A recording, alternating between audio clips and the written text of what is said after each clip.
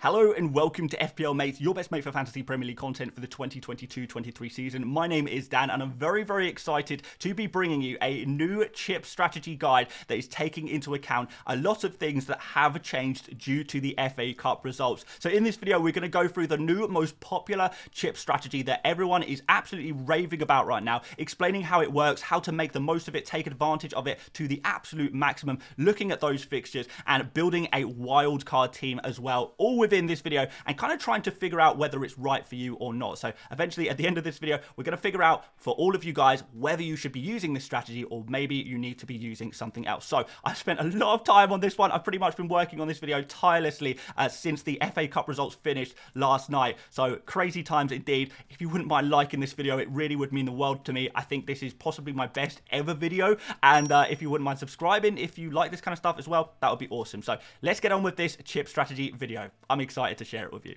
Okay, so first of all, here is the key events calendar for now and between now and the end of the season. We can see that things have changed a little bit. I don't know if you remember my last calendar of this kind, but we have actually changed things a little bit because you can see now that there's more of a focus towards very, very soon. Game week 27 to 29, that's when all the biggest doubles, that's when all the biggest blanks, well, the one biggest blank is in this little period here. Previously, we did think we were going to see more doubles and more blanks later on in the season, but now we can see the later on in the season, doubles and blanks, they're pretty small. So game week 27, we're going to have 4 doubles game week teams here. In game week 28, we're going to have 6 blankers. In game week 29, we can have 12 doubles. So real significant numbers here. Later on, though, not so much. So blank game week 32, only 4 teams are probably going to blank in that game week. In game week 34, it's really only going to be 4 to 6 double game week teams in there. Similar in game week 37, probably slightly less, more likely 4 in game week 37. So really, it is a situation where everything that is happening that is big, all of the major opportunities for major point swings and rank swings, therefore, are concentrated into a little period that is coming up very, very soon. And we did not expect that to be that way. We thought it would be more spread out, but FA Cup shocks, FA Cup surprises have impacted this. So, like I said, FA Cup results have impacted this, and I know it sounds very simple to say, oh, Spurs got knocked out, that just means that they won't have a blank game week in 28 anymore. But it's far more complicated than that, because you can see Spurs would have been playing Southampton in 28. Well, they are playing them, but if Spurs progress through to the semi-finals, that means that they would then be blanking in 32, which would also mean Newcastle would be blanking in 32, which means both Spurs and Newcastle would have additional double game weeks to play, and so on and so forth with various different teams. Southampton, if they went through, West Ham, if they went through, and also Leicester, if they went through, would have an impact on Brentford and whoever else. So it really would go crazy if these teams went through in the FA Cup, but they didn't. So we're not seeing so much craziness later on in the season, and let's kind of have a look through how that has been impacted exactly. So the game week 27 doubles are now far more valuable than before because there's going to be less doubles in the future to prioritize. The big doubles are now. These are the priority doubles. We thought there would be big ones to prioritize in the future. That's not the case anymore. So we like this. We've got Brighton and Brentford, both top teams pushing for European places. They're cheap and nailed players as well. So we could be going for those straight away in game week 27. Game week 28 is now very easy to navigate without sacrificing game week 29 doublers, which was going to be the case before. We thought a lot of the teams blanking in 28 would be doubling in 29. So there would be kind of difficult to switch between an effective game week 28 squad and effective game week 29 squad. This is no longer the case here either. Game week 29 itself is now going to be by far the biggest double game week of the season. 12 double game week teams here. Future game weeks are not going to have more than 6 double game week teams. So really, this is twice the size of any future double game week we're going to see. It really is that big, really is that significant. So this is the new big priority double game week that we want to be taking advantage of, that we perhaps thought maybe 34 could be pretty big.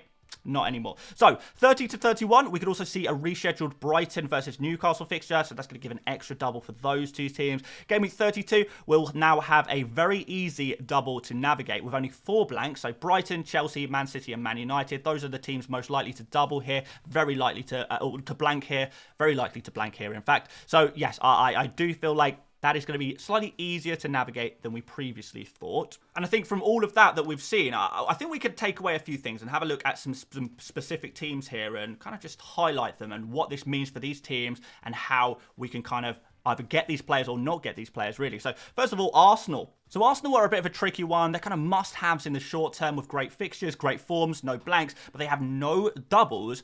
So, you know, pretty much it's going to be pretty boring. So no doubles, but they have great fixtures up until 28. So at 29, is that a time to actually remove Arsenal players? You would probably say so. So from 29, remove those Arsenal players, get rid of them. Brentford players do have a unique advantage now with 5 fixtures in the 3 game weeks between 27 and 29. No one else is in that situation. So, yeah, they're not going to blank in 28. They have double in 27. They have double in 29. This is really, really nice indeed. And also, Brentford are not going to be blanking in 32 either. So again, they're going to be your friends. Brighton players, they're going to be very important for the rest of the season as they're probably going to have 5 double game weeks total between now and the end of the season. So between 27 and 37, we're pretty much going to have a Brighton double game week every other week, which is really, really significant. Could also be 4 double game weeks depending on results in the FA Cup. But 5 double game weeks is actually looking very, very likely for them. So Brighton, I know people are going to say, do I really want to triple up on Brighton? I mean, if they have 5 double game weeks, if they play 50% more games than all of the other teams, that's a good reason to go for Brighton players, even if you don't particularly rate them. But I do rate them. It does sound a little bit strange to be talking so much about Brentford and Brighton players, and you've probably heard a lot about these two teams and how we should be tripling up on Brentford, tripling up on Brighton. But the fact that those two teams are, you know, real top teams, challenging for European places. They're in the top half of the table already, both teams, and they're pretty good teams. Very cheap as well. They have players that you could very easily bench in your team as well if you don't fancy them for 1 game week or whatever. But they also have so many fixtures as well and some good fixtures as well. So please don't be put off by the fact that they're Brentford and Brighton. I know they're not huge names in football historically, but right now they're great football teams with great fixtures and great cheap players. So there really is so much to love and a lot of real advantages to going for these players. Man City are far less appealing than ever before. They blank in 28, but they don't double in 29. Another likely blank in 32, and they're not even going to have any double game weeks until 34 at the earliest. They should probably get a couple of double game weeks later on in the season, but for now, we don't really need to be worrying about Man City at all. You're probably looking at having Erling Haaland, and all of your other Man City players can pretty much get in the bin at this point because they're just not that useful. Newcastle are also a nice team that I think we should give a little mention to, just because they have a nice run of fixtures from game week 27 onwards. They've got a double in 29 as well. They don't blank in 28, and they do have that small chance of a double in 30/31. That fixture will be against Brighton. So there's a few little teams here that we do really need to give a lot of focus to that might not necessarily be teams that we have a lot of players of already. Because a lot of these teams did blank in 25, maybe we've kind of neglected these teams a little bit, but they're definitely the same kind of teams that we actually want to have in our squads going forward. Okay, I think it's time to have a look at some chips, and I want to talk about what I believe to be the optimal strategy for most people, or at least a lot of people, but not everyone. But if I tell you how it works, maybe you'll start to see this actually kind of works for me. I think this looks pretty good. We will go later on in the video and kind of work out whether it is for you or not. But just hear me out and see what you think of this strategy. But I think it is really good, and there's no wonder why this is becoming so popular among top FPL managers, this particular strategy. So let's go through it. Okay, so first of all, let's talk about the bench boost. So the bench boost chip is typically used at the biggest double game week. That's when you're going to get the most out of your bench boost. Hopefully, all of your bench players are going to be having double game week fixtures, twice the amount of players on your bench, essentially, if that's what it means. And you can get the most amount of points possible, which is really, really good. Even if all of your benching players blank and just get 2 points each, you're still looking at a 16-point bench boost at absolute minimum. So that is really what we're looking for in bench boost every single season. And this season, there is only one big double game week. We don't have options anymore. It really is game week 29. If you're looking for a bench boost full of double game week players, game week 29 is pretty much your only option to go for. So we can start to build a strategy around that idea of using your bench boost in the most effective place possible. Game week 29. So the wildcard is great because it can switch your team into something very new, including Brentford and Brighton and Newcastle and Arsenal players and this, that and the other. Maybe a lot of the players that you sold for the previous game week in game week 25 if they blank. So you do have the advantage of the wildcard in that sense, but also the wildcard can be used to set up a bench boost. So we need to work out when we can bench boost to set up for game week 29 and get all those right players in for your bench ready to boost them, I guess. So that's going to basically mean game week 26 and 27. These are the times to be using your wild card, because not only are we setting up for game week 29, but we can also set ourselves up a situation where we've got ourselves covered for game week 28, where there are a few slippery teams blanking in there, and it might need quite a strategic play on your wild card to get the right players in who can cover you for 28 and also double in 29 indeed. So there is a slight advantage of actually using your wildcard in 26 rather than 27, and that is that it has the potential to allow you to have an additional transfer that you would otherwise be using on your pre-wildcard team in game week 36. So if you wildcard in game week 27, remember, you'll only have 2 transfers to use between 28 and 29. If you wildcard in 26, you'll have 3 transfers to use. The transfer you use before you wildcard can't carry over. You can't save your transfers or anything like that. So it really would be a case of starting fresh. Don't waste your transfer on a team, I guess, that you're going to reset anyway, and that's why 26 is the slight advantage there. So let's say wildcard in 26. I think that is looking better for me. I know some people are going to be concerned about the idea of having to use a wildcard to set up a game week 29 bench boost when there's actually a few weeks in between the wildcard and the bench boost as well, including that international break there. I would actually say that I wouldn't worry about it too much. When we actually look at international breaks, yes, occasionally you do get a player injured in the international break, but it's not nearly as common as people make it out to be. But I know people will be worried about that. I would not be too worried about that personally. I think it's overhyped. I think it's overrated. And I think in general, you can't always say, oh, what if this, what if that? We've got to look for the positives here, and just rather than the small, tiny chance of something going wrong. There's always a chance of something going wrong, and it might not even be the international break that causes it. So that just leaves our free hit chip, which is really strange this year, because usually I would come up to these kind of periods of the season and I would say to you guys, the free hit chip is the most important chip. It's an amazing chip. It's a fabulous chip. However, this season it's kind of a bit like, the free hit chip is okay. There's not really opportunities to use it in super powerful ways this year, which is quite unique. But there is still a couple of ways you can use it. I don't think it's completely useless. But what I would say to you guys is that if you've already used your free hit chip, count yourself very lucky. I think you have got a real kind of savior here. The way the FA Cup results really mean that I think you're going to be able to comfortably survive the rest of the season without a free hit, whereas usually at this time of the season a free hit is so important and you would be in big trouble without it. But not really the case this year. But like I said, there are a few ways you can still use the free hit to a little bit of effect, and let me kind of explain those to you. So since we don't have any big blanks to cover with our free hit or any big doubles to go for, we can still go for small doubles where we can target a few key teams in 34 and 37. So there is that opportunity to use the free hit in game week 34 and 37, maximize on those double game week teams. Like I say, it's going to be Manchester United, Man City and Brighton most likely to double in those 2 game weeks, and there will be a couple more teams doubling there as well. So you can load yourself up with your Brighton players, with your Man United players, with your Man City players, and really attack either game week 34 or 37.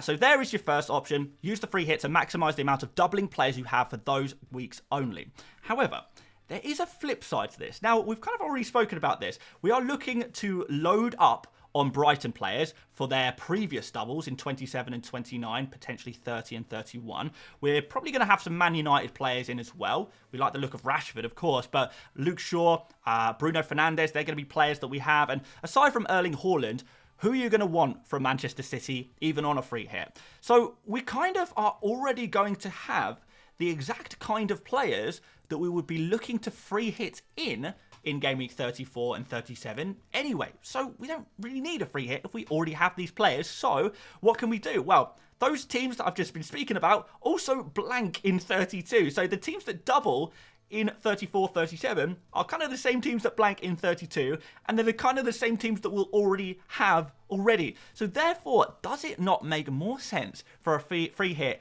in game week 32? And I think it does. I really do think it does. So you would keep those players, you would keep your triple Brighton, you keep your double or triple Man United, you would keep Erling Haaland, even over the game week 32 blank. You wouldn't have to worry about it. You free hit in that opportunity in 32, and you keep those players for their future double game weeks as well. You cover yourself for that.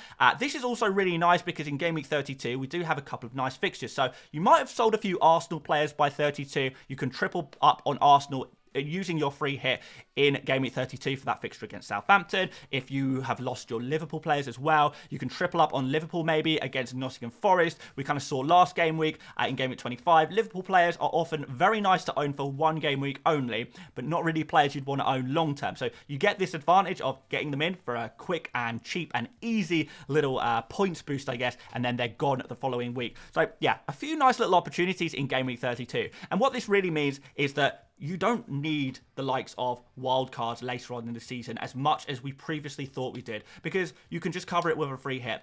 Before, like in previous strategy videos, we were talking about maybe dead ending our team into 32 and having a reset in 33. But we don't really need that, because the same players that you'll want previous to game week 32 are the same players you'll want after 32. So you may as well just have your standard team, take it all the way through this period, using an early wild card, and just free hit them out for one game week only in 32. That makes sense to me. I think that's pretty good. And I think a quick note on triple captain as well, because I know there'll be people asking, what about the triple captain chip? So for those of you who still have it, I would be looking to use it on either Erling Haaland or Marcus Rashford. And since both of these guys are looking really likely to have decent double game weeks in 34 and 37, that would be a great time to play the triple captain chip. Now, I'm not going to tell you exactly when to play it. It's a little bit early for that, I would say. We don't even know exactly which fixture is going to go where. All we know is that it's really likely that they're going to have doubles in 34. Can't tell you exactly who they will be playing against. So yeah, don't nail it on. You don't need to decide for 100% when you're going to be playing your triple captain, but it's a good idea to have a couple of options, and you definitely do have a couple of options. So I think you've got 4 options, really. So Rashford in 34, Rashford in 37, Haaland in 34, or Haaland in 37. So 4 potential double game week triple captain opportunities for you guys.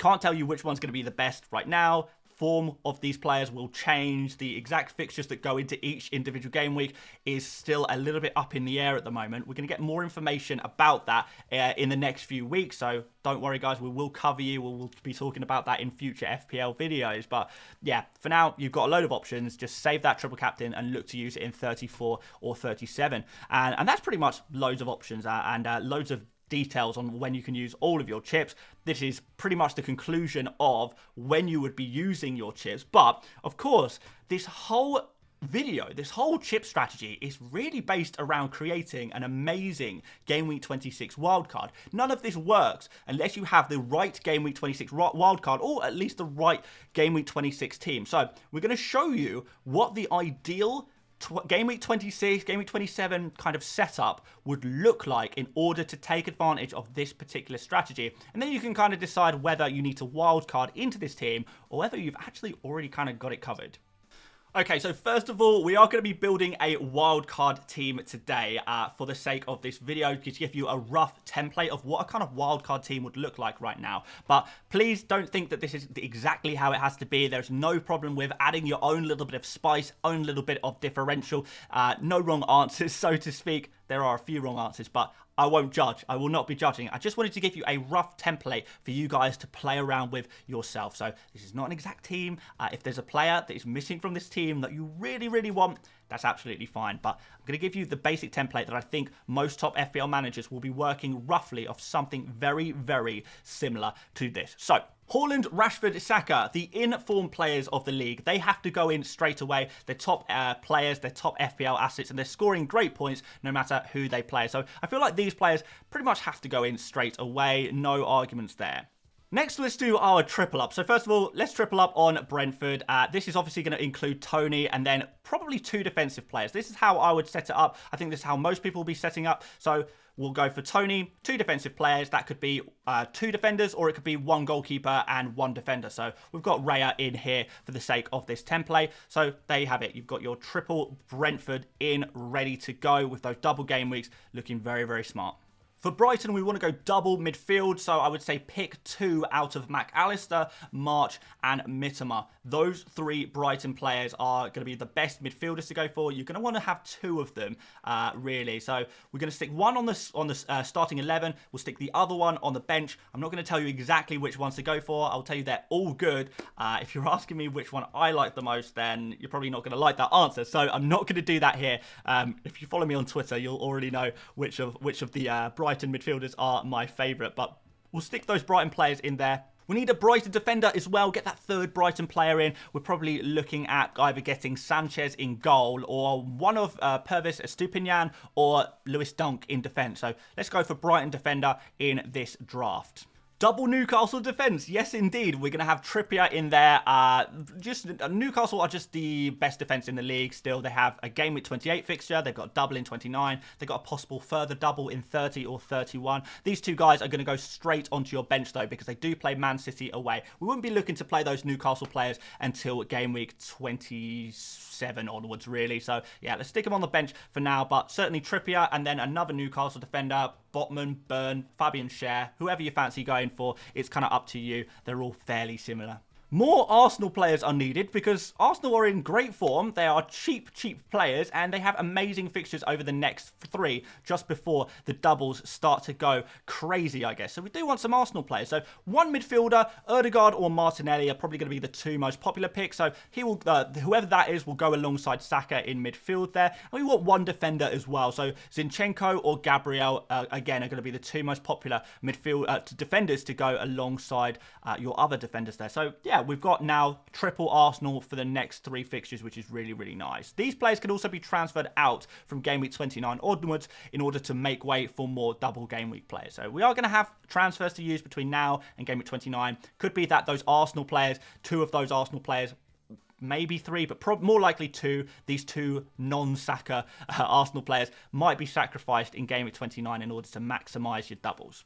Let's throw in Harry Kane here because he does give you the best possible captain for blank game week 28 versus Southampton. In a blank game week, we do want to make sure we have got a nice captain there as well. So yeah, against Southampton, that's pretty nice for Harry Kane. And we have also got a possible captain in game week 27 as well. Harry Kane plays against Nottingham Forest there, which is a really nice fixture for him. We're expecting him to get a lot of points. Would you captain him ahead of some of your other guys? Rashford, Erling Haaland? I don't know. But at least it gives you an option. And we are expecting a lot of points in the short term for Harry Kane. Even if he doesn't double in 29, still a huge player to have. He's the 2nd highest point scorer in FPL for a reason. Just a fantastic FPL option. So I'm going to put him in this draft, but obviously, if you do want to go for Ollie Watkins, for example, he is definitely an option as well if you want to get that extra fixture. But don't underestimate Harry Kane at the back end of the season because he does like to score a few goals, doesn't he?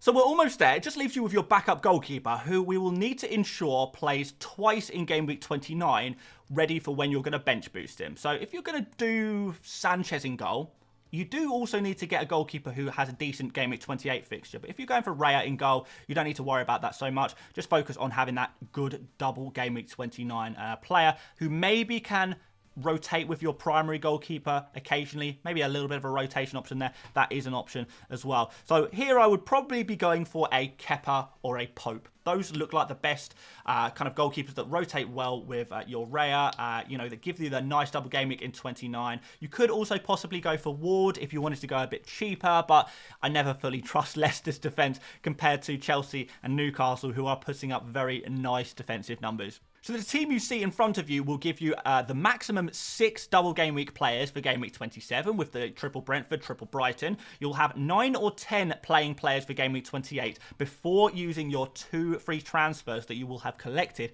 by this point. And honestly, even if you only have 10 players in this double game week, I think that's still going to be really, really nice. I think 10 players is actually going to be enough. It will also give you 10 double game week players for game week 29, even again before you use your 3 transfers. So 10 double game week players, that's a really, really good start. You can use your 3 transfers by this point up until game week 29, including game week 29, and you will start maximizing those double game week players in 29 there as well. In fact, even if you just look at who would be a single game week player if you just didn't even touch your team between now and 29. The single game week players would be Erling Haaland, Harry Kane, Saka, and your 2 other Arsenal players. So not exactly terrible here, really, is it? There could be a lot worse. And these are definitely players that would score very well even in a single game week. But you would probably use 2 of your transfers, like I kind of said earlier, to remove 2 of those Arsenal players. So if you remove those 2 Arsenal players and replace them with doublers, that now gives you a total of 12 doublers in this double game week 29. And then the 3 single game week players would be Erling Haaland against Liverpool, not bad. Harry Kane against Newcastle. Who would he play? Everton. Kane against Everton, pretty decent as well. That's definitely not something that's too bad. You would back him in a single game week every time. And you would have Saka against Leeds as well at home. So you would have really, really nice single game week players, and everyone else would be a double game week player. There is also an option to sell Erling Haaland in game week 28 to Watkins, for example. That would give you 11 players in game week 28, and it would give you 13 double game week players in game week 29. 13 doublers out of 15 is just absolutely incredible when, again, you consider the 2 single game week players are Kane and Saka, incredible players in their own right. So you can then bring back Erling Haaland in for Tony in game week 30 when he will probably be about to serve his ban. And let's talk about this very briefly now, because I know there will be questions in the chat. Yes, Tony has pleaded guilty to a lot of gambling offences. The FA are now going to be dealing with this. It's looking like the hearing is going to be in April. So Tony, for the next 3 game weeks at least, is fine. You don't need to worry about Tony right now. He's still fine. From game week sort of 29 onwards, we might start running into problems, but, you know, we're really looking at game week 30, 31 before he starts his ban. And at that point, we would be looking to start removing those Brentford players anyway. So it kind of works out quite nicely.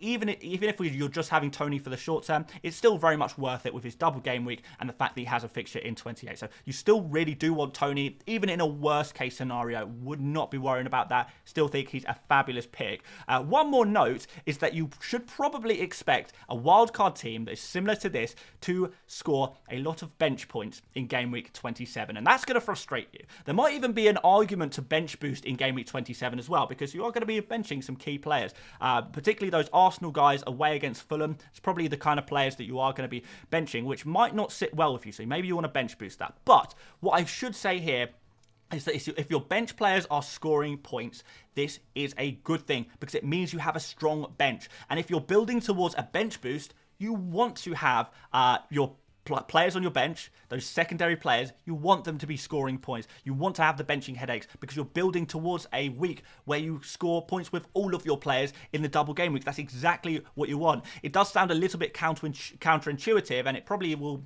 upset you a little bit that some of your players on your bench are scoring points. You don't want them on your bench, you want them on in your starting 11. It's going to be frustrating, but if your bench wasn't scoring points, that would be a worry because it would mean that your team is not ready for a game week 29 bench boost. So if you do have a bit of a benching headache, that's fine. It's better to have a benching headache and the best players than no benching headache and actually having worse players and a worse team as subsequent. So yes, deal with it. If you get upset with points on your bench, you're going to have to deal with it. That's just part of this strategy. So kind of at this point, we are talking about lots of different options going forward. So we don't want to lock in too many transfers. I think it's good to have an idea of what kind of transfer moves you can make in the future, what kind of moves you can make, but we don't have to absolutely lock it in. FPL and the Premier League and football in general is an ever-changing beast. The landscape is changing constantly, so we don't want to lock things in. But it's very good to have those ideas of what kind of things we could be doing with our transfers up till game week 29, but at the same time, be flexible, be able to adapt to new information. Don't stress too much right now on exactly what moves you're going to be making for the rest of the season. You know, get a couple of good ideas and roll with that there. Okay, so in conclusion, if your team looks anything like this, you probably won't need to wildcard right now. This is kind of a wildcard team. A lot of you guys are going to have something kind of similar to this anyway, particularly if you maybe free-hitted in game week 25. Maybe this pretty much is your team, and in that case, fantastic. Congratulations, you don't need a wildcard. That's really good news. But, however, there may be some signs that you do need to wildcard, and I'm going to kind of talk through some of the signs that maybe mean you might need to do this whole strategy. You might need to wildcard. It's not going to be for everyone, but let me know, guys. Does this describe you? So the signs that this is the best strategy for you are you have 2 or 3 Liverpool players that you don't want to own long term. You brought Everton players or Wolves players because they had a double game week and you've realised, again, you don't want these players long term. You sold great FPL assets like Kane, Trippier and Rashford last week just because they blanked, and now you're realising, they were actually the good guys. I need them back. I need to get them back. How am I going to do that? Maybe you have no Brighton or Brentford players whatsoever, and really those 2 teams are the key to so much going forward in this kind of strategy. So you are going to need them if you want to use this strategy, and you're going to need them in general even if you're not using this strategy. They're just good players to own right now. So maybe you don't have any of their players, or maybe you own the wrong types of players. Maybe you've got a Brighton player, but it's not really the Brighton player you want, or same with Brentford. Maybe you have some really annoying rotation risk Man City players. Have you got an Ake, an Akanji, a Mahrez, these really frustrating players? You never know whether they're going to play or not, and actually you quite like to get rid of them. Maybe a wildcard is for you. Maybe you have other rotation risk players, like for me personally, Eddie Nketiah, really frustrating player to own at the moment, and maybe a wildcard is a easy way to get rid of a player like that. Maybe you've got injured players, Thiago Silva, Bueno. These players are not going to be available for a little while, and perhaps you actually need to get rid of them, and this could be an easy way to do that. And finally, maybe you have some deadwood players that you don't even really remember why you have them. Now, this could be someone who's left the Premier League, like Cancelo or Doherty. If you've still got those kind of players and you've just been waiting for an excuse to get rid of them, maybe now is your opportunity to get rid of them in many ways. So I think that pretty much it describes the kind of things that might apply to you, that might suggest it is time to wildcard. If none of these things really apply to you, or very few of them apply to you, then you probably don't need to wildcard. If all of them apply to you, then Gameweek26 Wildcard is a must. If only a few do, but you still like the look of this strategy, maybe you can wait till Gameweek27 potentially. But yeah, like I said, if everything I just said applies to you to some degree, it probably means you need to wildcard. I wish I could go through every single one of your teams and say,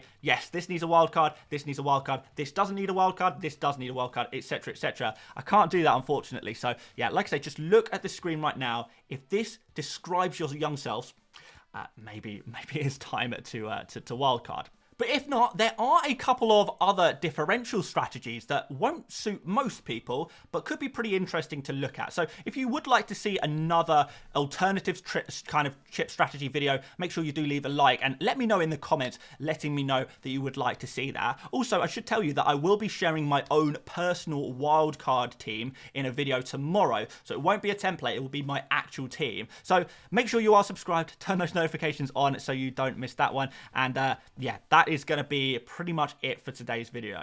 Thank you so much for watching, guys. This was a big one. It took a lot of work to put together. If you wouldn't mind leaving a like, it would be massively appreciated. And we will be doing more videos like this throughout the remainder of the season. So make sure you are subscribed for that. Like I say, we've got more content coming up tomorrow where I'm going to be showing you my wildcard team, because I am going to be using this strategy. I am going to be using this strategy, or at least I am 99% sure at time of recording that I'm going to be using this strategy, because I just think it's really, really good. So interested to hear some of your thoughts on everything mentioned in today's video. There's been so much discussed, but aside from that, thank you for sticking with it. Thank you so much for watching, and I will see you later, mates. Bye bye.